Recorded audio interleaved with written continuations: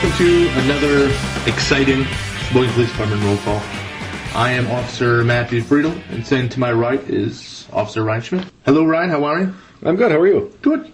Today we're going to be talking about holiday safety tips. Holidays are coming right around the corner. We just went right past Halloween. We're going right into Thanksgiving and Christmas, right around the corner. With that, we want to give you guys some tips to keep you and your property safe in the holiday season. So let's just get right into it. The first thing we're going to talk about is driving, going to stores. Obviously the first thing we want you guys to do is keep all your car doors locked and windows closed when you're out of your car. Set your alarm, use your anti-theft device. We've alluded to it before. We've talked about it where car shoppers, is what we call them, go car to car, just pulling on door handles to see if they're open, because it's an easy... Just looking for something that doesn't require them to really make much effort. Just open a door and there's something that can be on their way. Right, absolutely. And you know what? If you are shopping at night, just park yourself in a well-lit area. I mean, we're lucky in Sheboygan. We have a lot of... Our shopping centers do have a lot of... their parking lots are usually... well-lit, and they're pretty easy to access. When you're shopping, obviously, don't leave your car unoccupied with the motor running or with your children inside. That's just... common sense. Yep, don't run into the store quick, leave the kids inside. It's just asking for trouble. Right, because, running in quick, it's the holiday seasons, everyone's shopping, expect longer lines. It's not going to be a quick run in and run out. Whenever I try and go somewhere quick, it's always way longer than I want it to be. So now you're done shopping, you go back to your car, and, obviously holiday shopping, you're going from store to store. You don't want to leave your packages or valuables on the seat of your car.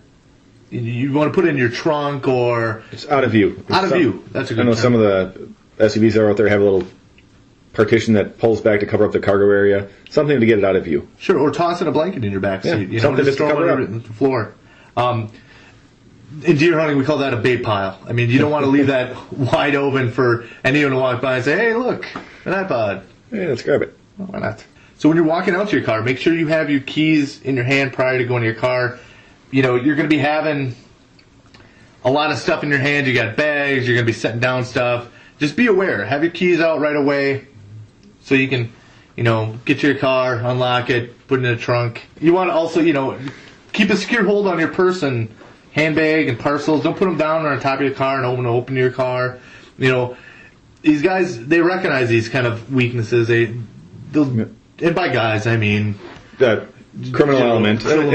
You may not even know what's happening. Right. Sometimes you get home and you're missing a bag. It's happened to me where I've got home, I'm missing a bag. Right. And, it's just gone. And when you're approaching a car, take a look around. Make sure I know my wife and, myself, you got 100 things going through your mind, like where am I going next, who I got to buy gifts for still, yada, yada, yada.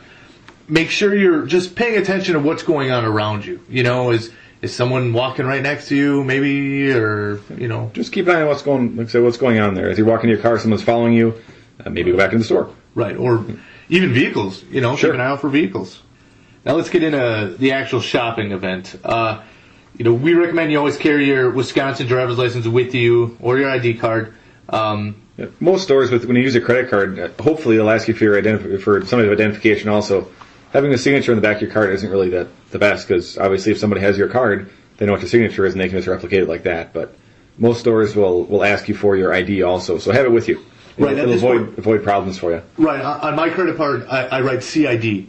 Yep. And not CID, like SEE. I got it. All right, and when you're walking the store, try avoid carrying large amounts of cash. If you have a pile of it, maybe just bring what you need for that store, what you're planning on getting. Yeah, try using. We use credit cards and debit cards primarily as our. Me too. It's just a little bit easier. Yeah, but if you are going to carry your cash, keep it in your front pocket. And along with that, if you were to say lose your wallet or something were to happen, you have all your money in there. That's one thing. Credit cards can get canceled and charges can get reversed. But once cash is gone, it's gone. There's no way getting that back. Good point. And obviously, if you notice your credit card's missing, you should notify your credit card user immediately if your credit card is lost, stolen, or misused. And part of that is it helps us out then too. Let's say it was stolen.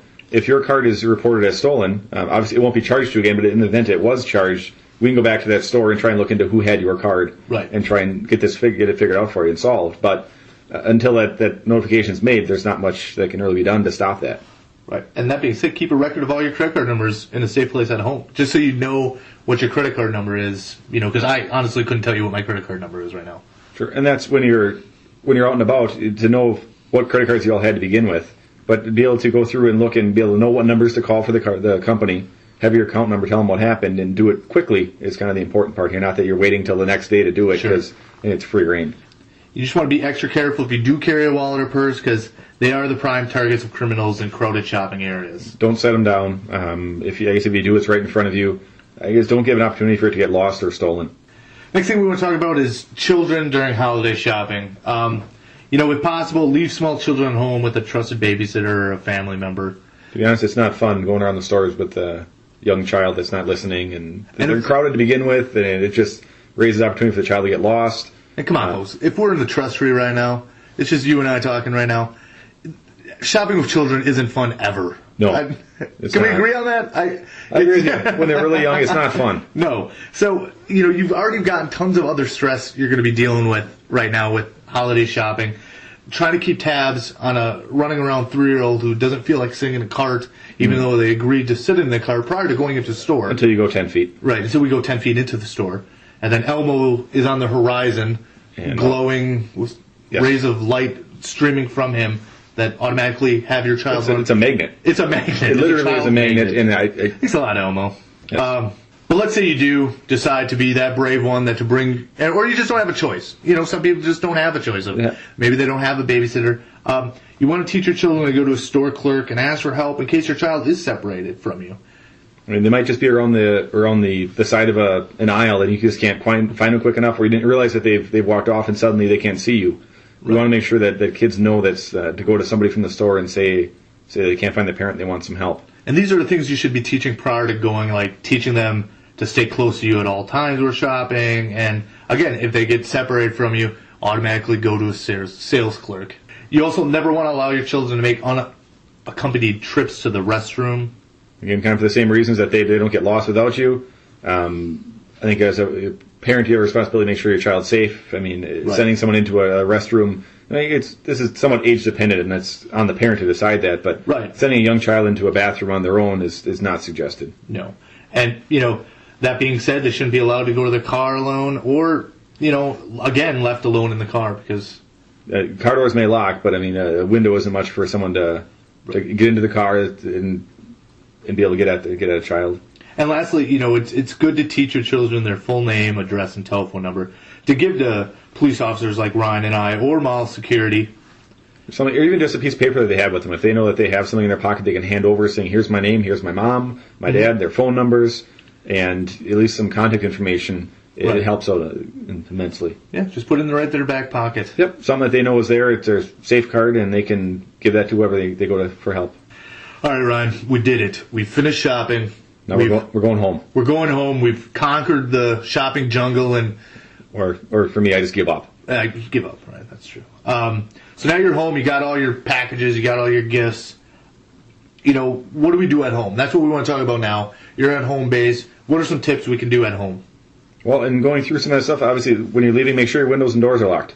Right. I know sometimes you may have you let the dog out and the back door is unlocked. At this point, I think every house has some things in there that are for gifts that are valuable, and people know that. So we want to make sure houses are an extra effort to make sure the doors are closed, windows are locked when you're leaving. And this is, again, extra stressful time of year. You've got about 100 things going through your head. Take an extra few minutes to make sure your doors are locked. Is going to save you another giant headache down the road. Oh, yes. Along with that, if you're leaving for an extended period of time, let's say you're heading out of town to go see family. Sure. Talk to a neighbor. Have the neighbor try and keep an eye on your house for you. Pick up your newspaper, your mail. Right. And keep an eye on things. Again, it goes back to knowing your neighbors. Right. Just to have someone watch the house. Right. So if, obviously we're hanging lights now this time of year, indoor, outdoor lights should be on automatic timer. It's a nice way for obviously, it's not dependent on you being there, so there's no indication that you're home or you're not. The lights just are turned on at a certain time and off at a certain time. That isn't a clue for someone to say you're not home. Right. And, and while you're out, why not leave a radio or television on so it looks and sounds occupied? Have some ambient noise that's there that makes it sound like somebody's inside the house. It worked for the kid from Home Alone, didn't it? Sure did. All right. Large displays of holiday gifts should not be visible through your windows or doors of your home. And it goes back to the car with stuff in the front seat. If there's something there that somebody wants and they know it's there, that at least they know they're going to be successful going into the house, that they'll get something. So we want to try and close the windows, drapes, if you're leaving. I mean, if the Christmas tree's there and it's a glowing beacon with stuff under it, people are know it's there. And it's happened before where someone's broken into it, stolen all the Christmas gifts. Right. I believe the suspect name was Grinch, correct? It didn't work out. It worked out for the Whoville later on, but it is true because people are setting up their trees in front of their windows so people can see it while they're driving by. And it looks nice. Sure. But just keep in mind, having a plethora of gifts underneath that tree, is, again, it goes back to the deer bait pile. I mean, yes. There's only so much you can do. Obviously, you have to have the gifts underneath the trees. Or Santa, obviously, will bring the gifts and put underneath the trees. Exactly. You can't do anything when Santa's there. That's where he puts them. You can't do anything to stop it. That's true. Go to sleep, wake up, and they're there. But you're home. Right. But when setting up your Christmas tree is what I'm trying to get at. Make sure it's kind of an area where it's clear of doors and passageways inside. So it's just clear. I mean, it's not a big cluttered... No, and it's not in the way. And when you're setting up a tree, make sure it's mounted sturdy on a base so children and family pets cannot pull it over on top themselves. Yep. Cats love trees. They do. And they're... so try and at least mount it safely or have a good stand for it. That it's going to be up right there, and if a child pulls an ornament off or a dog runs into it, it's not going to tip over and fall into someone or something. Or for that matter, if you have a candle going or something and you're there and you're home and the tree tips over, well, then that's another issue too. So, and we're both not firefighters, but obviously when you're setting up your lights on your Christmas tree, make sure they're not damaged or frayed because they can cause fire. Well, and lights aren't incredibly expensive. If you were to just get rid of the lights and get rid of the tree and get new ones for the next year, they're new, they're going to work. You're not going to be chasing down those bulbs to get them to work. Even LED lights nowadays, that's what we have at our house, and they don't get hot. They're just those are great. And they're like a workhorse. They cost them more, but you get what you pay for. Right, and they'll last. So holiday mornings come. You've opened up gifts, got all your goodies in front of you. Now what do we do? Well, I think once you have everything there, you at least know what you got. But again, it goes back to electronic devices have serial numbers. And we talked about it before, identifying what you have, be able to document it, photograph, take a picture of the serial number. Right. If something were to happen later down the road, if you didn't buy it, it's a nightmare to try and track down a serial number for it. But if you can get that, just take a picture of it. Right. At least you have that information there. And it goes along with the boxes also. If you got a box, let's say you got a big screen. Mm-hmm. You put that box out on the curb, everybody driving by knows that you got a big screen in your house. Right. Now, and they do walk away. We get sent to those where TV has been taken. Yeah, it's almost like you're advertising what you got for Christmas by putting it on your front. And it's something we just don't think about. It's just like we have, your iPod, laptop boxes and everything. Sure. They know what you have while driving by. Sure, if you can take those boxes, break them down. Cut them down and tape them up so they're just one nice little package for the... Right, put them in a paper bag from the grocery store. Sure. Something where you can just cover it up so they're none the wiser. And along with that, if you're ordering packages, and a lot of people we talked about going out shopping, a lot of people shop from their house. Right. If you're getting packages, get them sent to your house, try and have somebody there to bring them in. If you have something sitting on your front porch, I've had UPS just drops it off and away they go. Right. So it's just sitting there.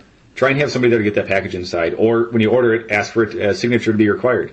Yeah, that's a big one right there. And, Ryan's right. Talk to a neighbor. Maybe they can just swing over, scoop up a package for you, if you trust them. Just tell them that you got something coming, they can keep an eye out and just have them bring it in for you. Or set it around back your house, or something.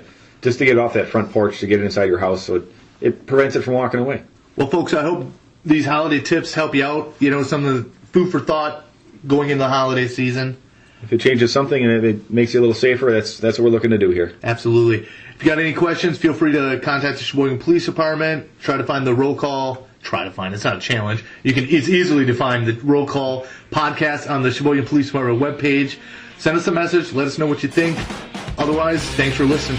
Happy holidays. Happy holidays.